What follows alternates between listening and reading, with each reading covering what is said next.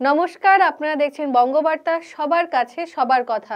এসএসসির প্রায় 26,000 চাকরি বাতিলের ফলাফল যে রাজ্যের শিক্ষাক্ষেত্রে কত কঠিন বাস্তব পরিস্থিতি তৈরি করেছে তা দেখাচ্ছে কলকাতারই নামকরা school Jadavpur Vidyapith.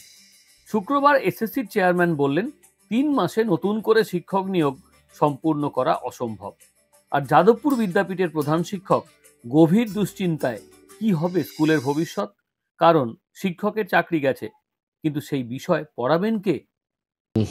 Right now, I am in a mood to say nothing about the incident.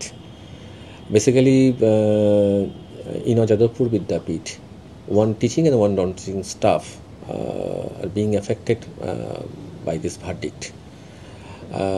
I am just nothing to say. Just I am waiting to have any type of instructions from my higher authorities. Bureau report, Bangabarta.